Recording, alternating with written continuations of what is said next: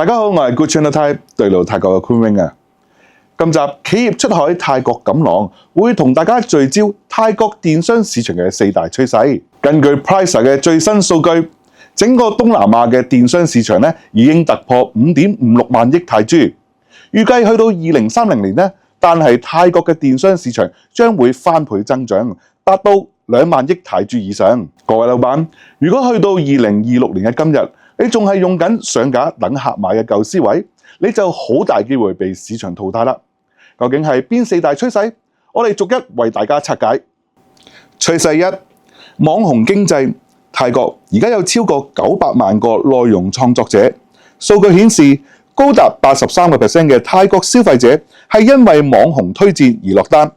由 Shopee 到 TikTok， 內容即銷售，3C 模式 Content、Commerce、Conversion 絕對係標準啊！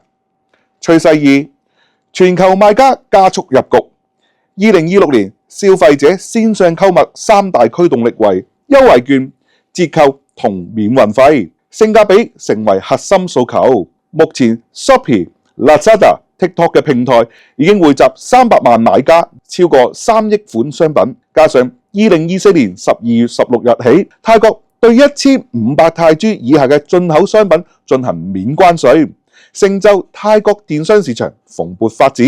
趨勢3：DTC 銷售渠道。聰明嘅賣家已經開始撤離平台嘅高昂手續費，轉戰 DTC， 透過建立品牌官網、自家 Apps， 甚至係泰國最常用嘅 Line 官方賬號 Line OA， 直接將貨賣俾消費者。DTC 嘅威力在於你可以將客戶嘅數據揸喺自己嘅手裏邊，精準做客戶關係管理，降低獲客成本，將利用率推到最高。趨勢4：極速配送時代。好多頂級嘅賣家已經開始利用 7-Eleven、Macro、Big C 遍佈全國嘅實體店網絡去做配送。預計2026年將成為超快速交付嘅一年，因為當今消費者越嚟越心急，想第一時間收到貨物，做到快速交貨，賣家將具有競爭優勢。